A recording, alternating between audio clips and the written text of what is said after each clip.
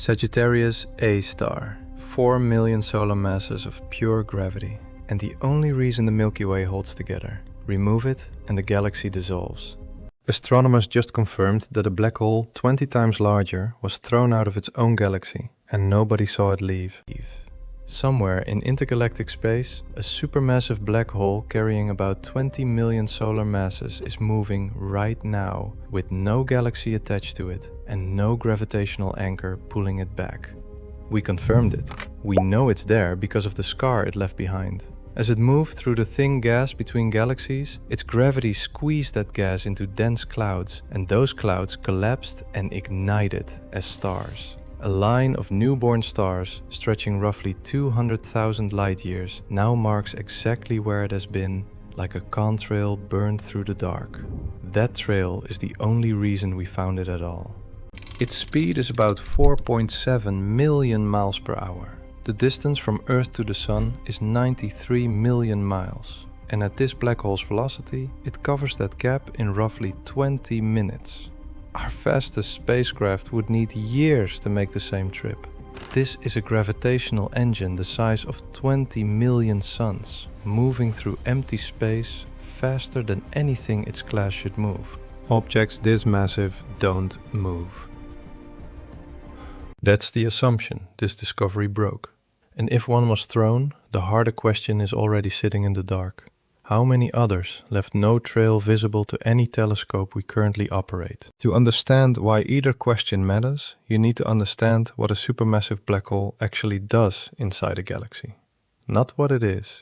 Sagittarius A star sits at the gravitational center of the Milky Way, and it hasn't moved meaningfully in billions of years. Every star in the galaxy orbits outward from it, and the whole spiral structure depends on that anchor staying put. The rogue outmasses it 5-to-1. Which makes what happened even harder to explain. Something generated enough force to overcome the gravitational pull of an entire galaxy. And there's only one kind of event in the observable universe capable of doing that.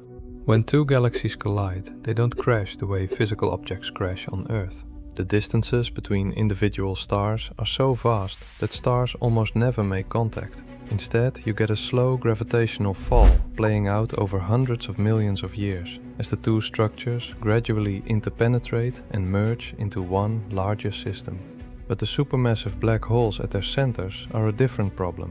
When the galaxies merge, the two central black holes form a binary pair, orbiting each other at shrinking distances as they radiate energy away in gravitational waves and spiral slowly inward.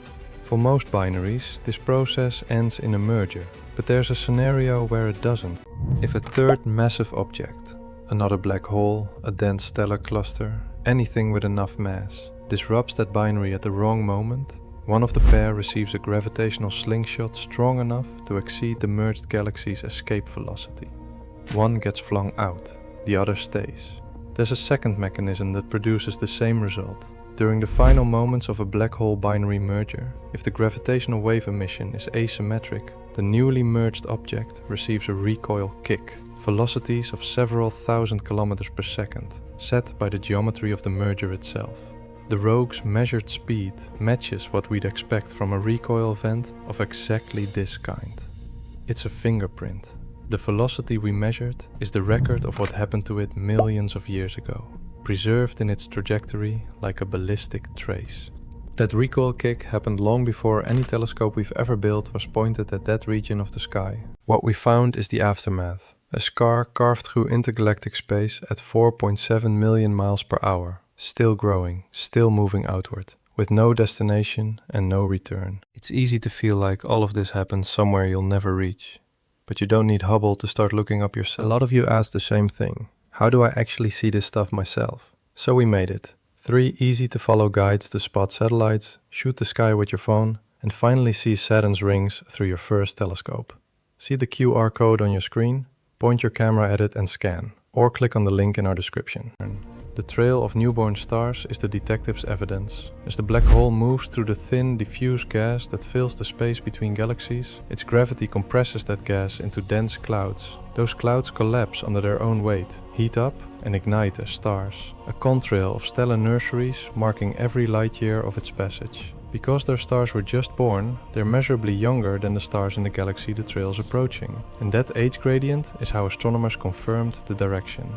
The trail has a start and an end, and the black hole is the object connecting them. The trail runs roughly 200,000 light years. The Milky Way is about 100,000 light years across, so the scar left by this black hole's passage is longer than the entire diameter of our galaxy. The telescope recorded a bright linear streak in infrared, inconsistent with any known artifact or foreground object. Follow-up spectroscopy confirmed the stellar age gradient, ruling out the alternatives one by one, until what remained was the object the data pointed to. A supermassive black hole in intergalactic space, detectable only because of what its gravity left behind. And here's what makes this unsettling. Without the trail, this object is invisible. It emits no light of its own. It leaves no electromagnetic signature in the dark.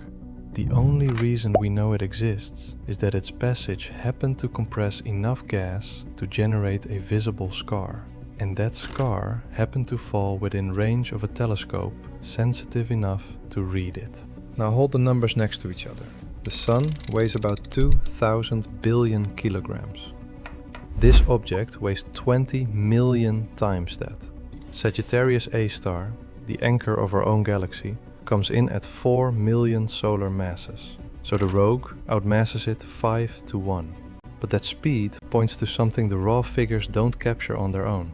Because to reach that velocity, this object had to escape the gravitational pull of an entire galaxy. Which means the galaxy it left behind lost more than a black hole.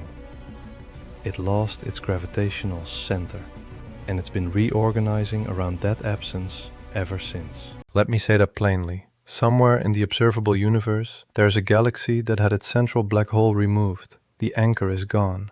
This is a one-way trip.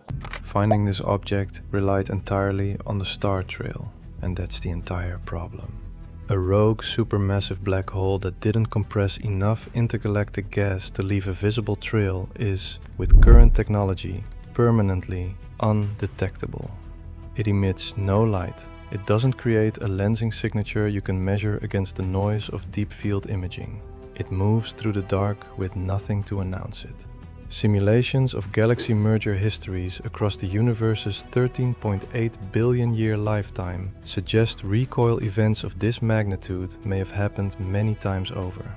The one we found may be the only rogue supermassive black hole we'll ever be able to find with current instruments, while others travel through the dark entirely untracked, invisible, unverifiable, present. And the rogue black hole itself isn't even the most disturbing part of what we confirmed, because there's a future event this discovery just made impossible to ignore.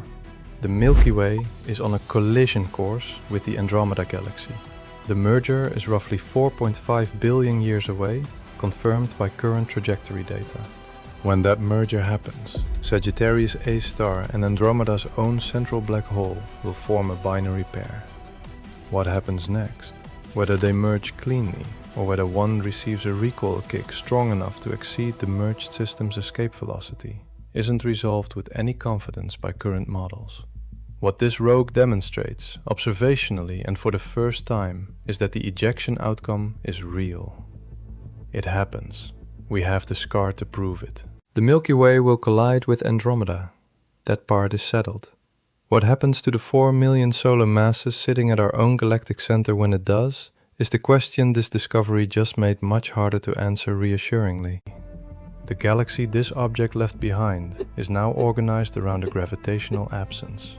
Its stars are drifting, its center is asymmetric, its anchor is in the void, moving, and never coming back. 20 million solar masses, 4.7 million miles an hour. And the only reason we know any of it is the 200,000 light-year trail of newborn stars it left behind.